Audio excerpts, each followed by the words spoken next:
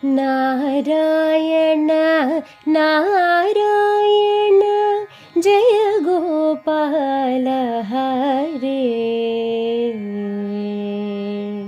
నారాయణ నారాయణ జయ గోపాల హరే. నారాయణ శ్రీకౌస్తుభ మణిభూష శ్రీకౌస్తుభ మణిభూష శృంగార మృదుభాష. శ్రీకౌస్తుభ మణిభూష శృంగార మృదుభాష. నారాయణ నారాయణ జయ గోపాల హరే. నారాయణ.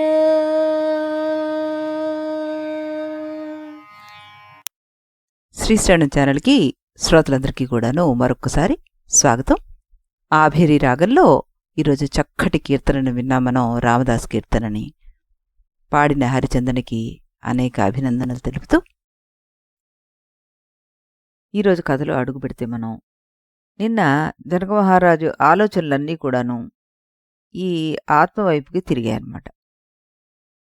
తన గురించి తానే ఆలోచించుకోవడం మొదలుపెట్టారు ఆయన.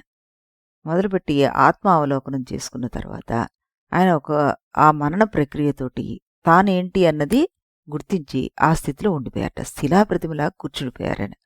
ఇంతలో దైవ ప్రేరితుడైన ఒక ముసలి ద్వారపాలకుడు అక్కడికి వచ్చి నిత్యానుష్ఠాలు మానుకున్న ఏకాంతంగా కూర్చున్న రాజుని చూసి ఆశ్చర్యపోయి వయస్సులో పెద్దవాడు కనుక ఇలా ఉపదేశించడం ప్రారంభించట. దేవా, దోస్తంభ విశ్రాంత సమస్త వసుధాభర అన్నారు. సమస్త భూభారాన్ని భుజస్కంధాల మీద మోస్తున్న ఓ మహారాజా, లే, రాజరికానికి తగిన దినచర్యకు పూనుకో. ఇదిగో ఈ సుందరాంగులు కుసుమ కర్పూర కుంకుమ మిశ్రిత జలకుంభాలను శిరస్సుల మీద ధరించి అవతరించిన నదీ దేవతల్లాగా నీ స్నానగృహం దగ్గర నీ రాక్కై ఎదురుచూస్తున్నారు. ఒకవేళ నువ్వు మనోహరమైన సరస్సులో స్నానం చేయదలుచుకుంటే అదిగో కమల కలహార కానన భ్రాంత షట్పదాలు తామరతూళ్ల దారాలతో నీకోసం డేరాలు నిర్మించి ఉన్నాయి, చూసుకో. ఇదిగో ఈ సరోవర తీరంలో విలాసపు గొడుగులు వీరుల రథాలతో పాటు గుర్రాలతో నిండిపోయి నీ స్నాన సమయానికి సేవ చేయాలని ఎదురుచూస్తున్నాయి అంటూ చెప్పి, ఇదిగో బ్రాహ్మణోత్తములు ముందుగా స్నానాలు చేసి మడికట్టుకుని నీకు దేవపూజలో సహాయం చేయడానికి సిద్ధంగా ఉన్నారు. నువ్వు స్నానం చేస్తూ మలాపకర్షణ మంత్రాలు చెప్పమంటే చెప్పడానికి కూడా సిద్ధంగా ఉన్నారు. ఇదిగో ఈ సేవకులు నువ్వు భోజనశాలకు వస్తే నీకు వింజామరును వీద్దామని సిద్ధంగా ఉన్నారు. కనుక రాజా, చురుగ్గా కదులు. నీలాంటి ఉత్తములు కాలం దాటిపోయాక పనులు చేయడానికి ఇష్టపడరు అంటూ మాట్లాడేట. ఈ విధంగా ప్రతిహారి కవితామయమైన శైలిలో మహారాజ వైభవాన్ని ఒక్కసారిగా వలకబోశాడు ఇక్కడ వాల్మీకి మహర్షి మనకి. అయితే ఇది విన్న తర్వాత కూడా ఈ మహారాజు అవుననలేదు, కాదనలేదు. మళ్లీ ఆలోచనలో పడిపోయారు. రాజ్యం, రాజరికం, రాజవైభవం ఎంత గొప్పగా చెప్తున్నాడు వీడు. కియన్మాత్రామిది నామం రాజ్యం సుఖమితి స్థితం. ఈ రాజ్యం, ఈ రాజ్యసుఖం, దీని పొడుగెంత, దీని బతుకెంత, ఇది క్షణభంగురం. ఈ వైభవానిక నేను పొంగిపోవాల్సింది? ఎన్నేళ్ల నుంచో అనుభవిస్తున్నాను ఈ భోగాలు. ఏం మిగిలింది నాకు? ఎండమావుల నీళ్లు కాగా. కనుక ఇప్పటికైనా బుద్ధి తెచ్చుకుంటాను. ఈ గారడి గీరడిలి వీటన్నిటికీ పొంగిపోకుండా తగ్గించుకుంటూ నేను అలలు అణగారిపోయిన సముద్రంలాగా ప్రశాంతంగా ఏకాంతంగా ఉండడం నేర్చుకుంటాను. కాని ఓ మనసా, నీ టక్కరితనం ఉందే అది చాలా గొప్పది. వద్దు వద్దంటూనే సుఖాల వెంట పరిగెత్తే నేర్పు నీకు చాలా ఉంది. ఇప్పటికైనా తగ్గు. నువ్వు తగ్గినట్టు నటిస్తావు, నిజంగా తగ్గవు. నీకు సుఖభోగాలే కావాలి, పాపపుణ్యాలు అక్కర్లేదు. కాని పాపపుణ్యాలు కావలసిన దానిలాగా నటిస్తుంటావు. ఎందుకంటే అటు యమలోక బాధకో ఇటు జనలోక నిందకో భయపడి నువ్వు కొంచెం భోగేచ్చం తగ్గించుకుంటావు అంతేగాని నిజంగా భోగాల మీద వైముఖ్యం కలగలేదు నీకు. ఓ మనసా, నువ్వు సుఖభోగాల కోసం ఎంతగా వెంపర్లాడినా నీకెప్పుడైనా తృప్తి అనేది కలిగిందా? కలగలేదే. కనుక నోరు మూసుకో. ఈ భోగాలను వదిలేసి శాశ్వత పరతత్వాన్ని ఆశ్రయించు. ఇలా అనుకుంటూ జనక మహారాజు కొంతసేపు ఆ తత్వభావంలో లీనమై శిలాప్రతిమలాగా ఉండిపోయాడు. వచ్చిన ద్వారపాలకుడికి రాజుగారి పరిస్థితి అంతా అయోమయంగా కనిపించింది. ఏమనాలో తోచలేదు. రాజుల దగ్గర మెలగడం నేర్చినవాడు కనుక భయం చేత కొంత, గౌరవం చేత కొంత అతను మౌనంగా ఉండిపోయాడు. కొద్దిసేపు అయ్యేసరికల్లా జనక మహారాజు గారి మనస్సులో ఆలోచనలు మళ్ళీ మొలకెత్తాయి. కాని ఈ మాటు ఆలోచనలు శమగుణయుక్తంగా సాగాయి. అవును, కావాలని వెంటపడి నేను తీసుకోవాల్సిన వస్తువు ఏముంది? ఈ ప్రపంచంలో ప్రతిదీ నశించేదే కనిపిస్తోంది. ఇక దేనికోసం నేను ఆశపడాలి? అదేమిటి? కర్తృత్వ బుద్ధే కదా నీ కొంప ముంచుతోంది. దాన్ని పారద్రోలి అకర్తృత్వ బుద్ధిని సంపాదించుకోద్దా అంటావేమో. అకర్తృత్వాన్ని సంపాదించడమేమిటి? క్రియ ఎవరిది? దేహానిది. మరి అక్రియ ఎవరిది? అంటే క్రియ లేకపోవడం ఎవరిది? అది దేహానిదే కావాలి. మరి నేను దేహాన్ని కానే. దేహంతో సంబంధమే లేదే. మరి సక్రియత్వం గాని అక్రియత్వం గాని నాకెలా అంటుకుంటాయి? సక్రియత్వం అంటే కర్తృత్వం, అక్రియత్వం అంటే అకర్తృత్వం. ఈ రెండిటికీ నన్ను అంటుకోవడం చేతకానే కాదు. మరి ఇక నేను అకర్తృత్వాన్ని సాధించడం ఏమిటి? అది అసలు ఎలా కుదురుతుంది? కనుక నాకు క్రియ వద్దు, అక్రియ వద్దు, కర్తృత్వము వద్దు, అకర్తృత్వము వద్దు. నేను శుద్ధ చిత్త స్వరూపాన్ని. నాకు పతనం ఎలా ఉంటుంది? నాశనం ఎలా ఉంటుంది? కనుక నాభినందామ్య సంప్రాప్తం సంప్రాప్తం నా త్యజామ్యహం స్వస్థ ఆత్మని తిష్టామి యన్మమాస్తి తదస్తు మే అంటూ సర్గ 10లో శ్లోకం 24లో చెప్పారు. రానిది కావాలనుకోను, వచ్చింది పోవాలనుకోను, పోయింది సుఖమైనా వచ్చింది దుఃఖమైనా నేను నాలోనే ఉంటాను. ఏది వస్తుందో రాని, ఏది పోతుందో పోనీ, ఇక నాకు భయం లేదు. జనక మహారాజు ఆలోచనలు కొంతసేపు ఇలా సాగాయి. ఈ ఆలోచన ధోరణి వల్ల మౌనంగా ఏకాంతంగా ఉండిపోవాలన్న ఇందాకటి ఆలోచన మారిపోయింది. స్థూలదేహాభిమానాన్ని వదిలిపెట్టి ఇష్టానిష్టాలనే మనోవాసనలు లేకుండా ఆ శరీరానికి అలవాటు పడ్డ పనులు అలాగే కొనసాగించాలని ఇప్పుడు నిశ్చయించుకున్నాడు ఆయన. ఈ రకమైన నిశ్చయంతోనే ద్వారపాలకుడు చెప్పినట్టుగా స్నానజపాదులను పూర్తి చేసుకున్నాడు. ఆ రాత్రి మళ్లీ ఏకాంతంలో కూర్చుని తన మనస్సుకు తానే తత్వబోధ చేసుకున్నాడు. ఆ బోధను 11వ సర్గలో వాల్మీకి మహర్షి 30 శ్లోకాలతో వర్ణించారన్నమాట. ఈ వర్ణనలో ప్రధానంగా జీవన్ముక్తి లక్షణాలు చిత్తబోధ రూపంగా ప్రతిపాదించారు ఆయన. ఆ తర్వాత 12వ సర్గలో రాజు యొక్క జీవన్ముక్త స్థితిని ఈ రకంగా వర్ణించారు. భవిష్యం నానుసంధత్తే నాతీతం చింతయత్యత్సౌ వర్తమాన నిమేషంతు హసన్నేవానువర్తతే అంటూ సర్గ 12 శ్లోకం 14లో చెప్పారు. ఏమంటున్నారు? ఆ రాజు జరగబోయేది ఏమిటని ఆలోచించడం లేదు, గడిచిపోయిన దానికి వెనక్కి తవ్వుకోవడము లేదు. ఈ వర్తమానకాల క్షణంలో ఏది వస్తే దాన్ని ఆనందంతో అనుభవిస్తున్నాడు కాదు, అనువర్తిస్తున్నాడు అంటే ఆనంద స్వరూపుడై అలాగే ఉండిపోతున్నాడు. ఈ విధంగా అతను రాజ్య వ్యవహారాల్ని చూస్తూ కూడా మోహవశం కాకుండా చిత్తస్వరూపంగానే ఉండిపోయాడు. జనక మహారాజు జీవన్ముక్త వ్యవహారాన్ని వర్ణించే ఈ 12వ సర్గను వాల్మీకి మహర్షి 40 శ్లోకాలకు పెంచారన్నమాట. ఈ శ్లోకాల్లో జీవన్ముక్తికి ఉండవలసిన ఆలోచన సరళిని మనోహరంగా ఆయన ప్రతిపాదించారు. జ్ఞానరూపమైన ఈ ప్రజ్ఞను నిలబెట్టుకోవాలని మళ్లీ మళ్లీ ఆయన నొక్కి చెప్పారు. యయేవ యత్నః క్రియతే బాహ్యార్థోపార్జనే జనైః సయేవ యత్నః కర్తవ్యః పూర్వం ప్రజ్ఞా వివర్ధనే అంటూ 26వ శ్లోకంలో ఈ సర్గలో చెప్పారు. ఒక పెద్ద వ్యాపారస్తుడున్నాడు. అతనికి భక్తి పూజలు ఇవేమి పట్టవు, కళలు కవిత్వాలు ఇలాంటివి కూడా పట్టవు. కాని అతను తెల్లవారుజామున లేచి తెల్లవారకు ముందే లెక్కలు చూడడం పూర్తి చేసుకుని అందరికంటే ముందుగా తన కార్యాలయం తెరిచి రాత్రి పొద్దుపోయేదాకా అక్కడ పనిలో నిమగ్నమై ఉంటాడు. ఇది ఒక తపస్సు కాక మరేంటి?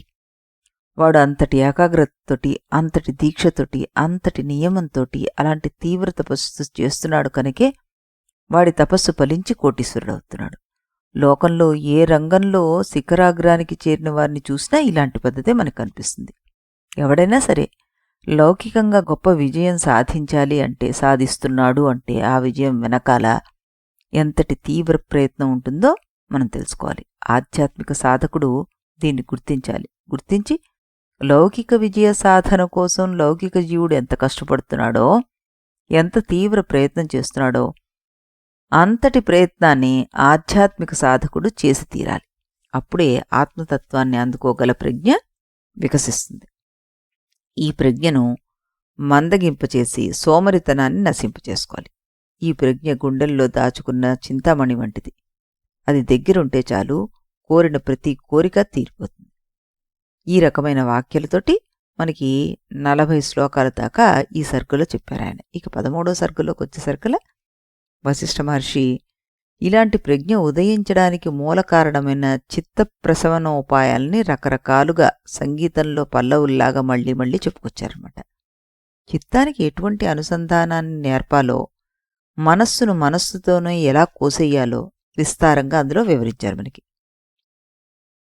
సాధకులకు సాధనపరంగా అవసరమైన అనేక రకాల విధానాలు ఈ సర్గలో చెప్పబడ్డాయి మనకి. ఈ సర్గ 117 శ్లోకాలకి పెరిగిపోయింది. అయినా వశిష్ఠ మహర్షికి తృప్తి కలగక 14వ సర్గలో అదే విషయాన్ని కొనసాగిస్తూ మరో 66 శ్లోకాలు బోధ చేశారన్నమాట.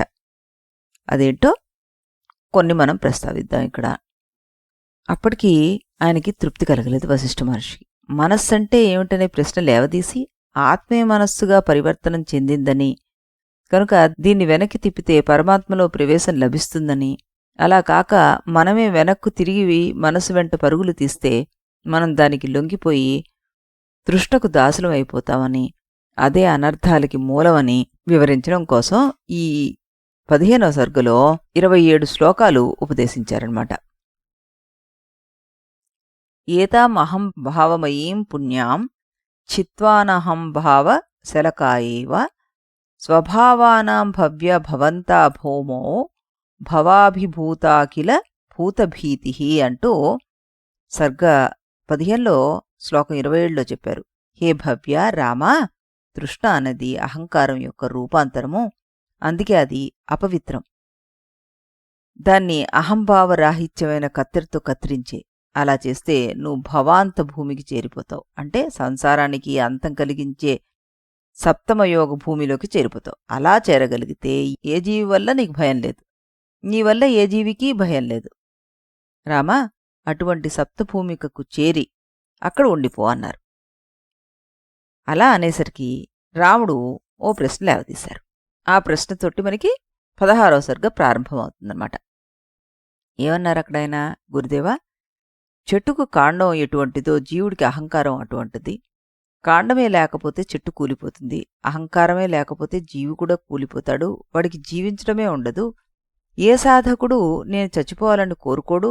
కనుక గురుదేవా, నేను అహంకారాన్ని పరిత్యజించి జీవించేదెలాగా? నా మనుగడికే ఇక్కడ ప్రమాదం తెచ్చిపెట్టేస్తోంది కదా ఇది, మరి దీన్ని సాధించేది ఎలాగా అంటూ, దీని సాధనాలు ఎలాగా అంటూ అడిగారనమాట. అప్పుడు వశిష్ఠులు వారు అన్నారు, రామా, తృష్ణా పరిత్యాగం అన్నా, ఆశలను విడిచిపెట్టడం అన్నా, మనస్సును అమనస్సుగా చేయడం అన్నా, వాసనలు తుడిచిపెట్టేయడం అన్నా అన్నీ ఒకటేనయ్యా. ఈ వాసనా పరిత్యాగం 2 రకాలు. ఒకటి ధ్యేయము, రెండోది జ్ఞేయము అని. ఈ భేదం ఎందుకు వచ్చిందంటే, వాసనలకు మూలమైన అహం వృత్తి కూడా 2 రకాలుగా ఉంది. దేహేంద్రియాది సంఘాతం మీద ఆధారపడిన అహంకారం ఒకటి, చిదేక రసస్వభావమైన అహంకారం మరొకటి.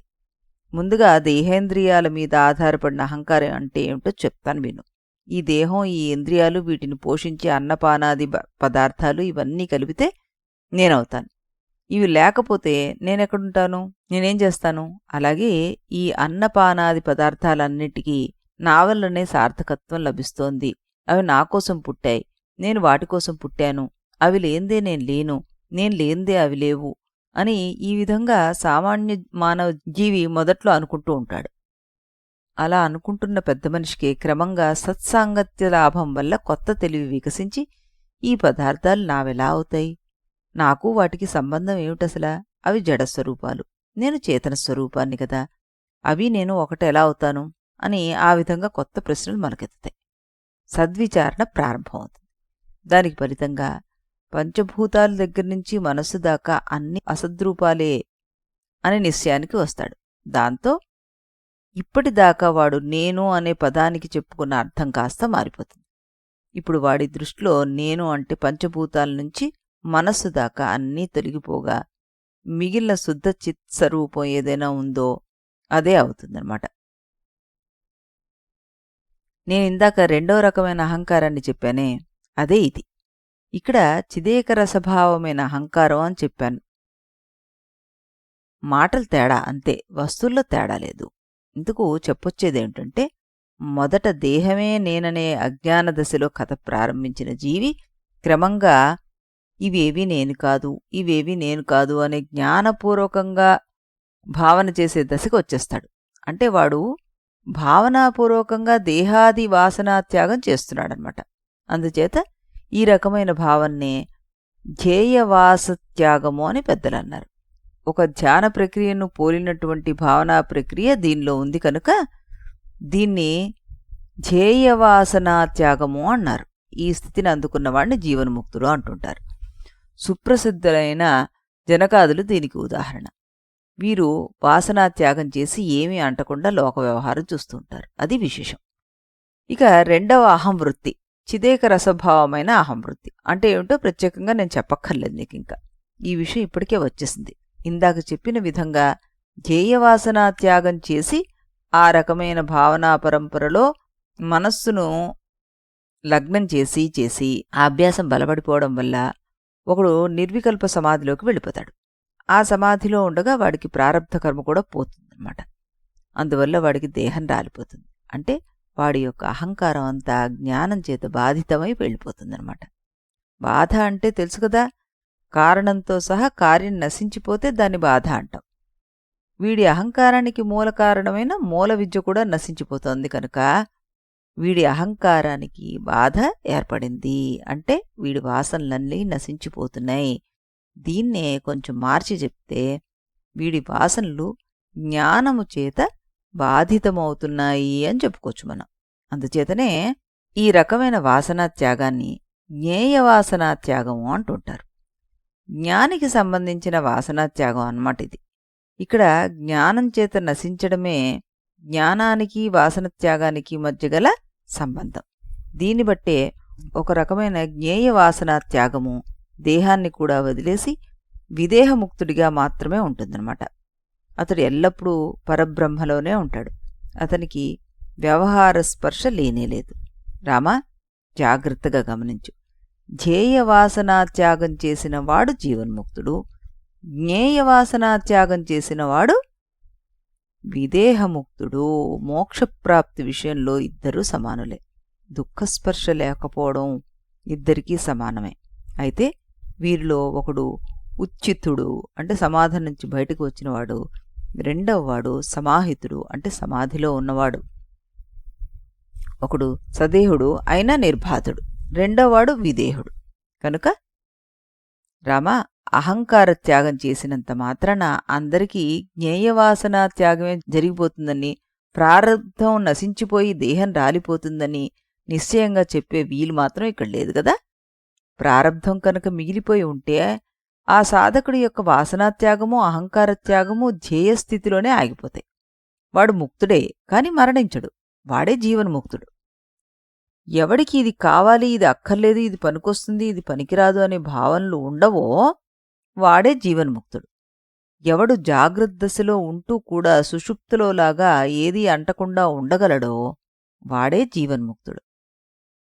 రామా, నువ్వు నిర్భయంగా ధ్యేయాహంకార త్యాగాన్ని ధ్యేయవాసనా త్యాగాన్ని సాధించి జీవన్ముక్తును అందుకోవచ్చు.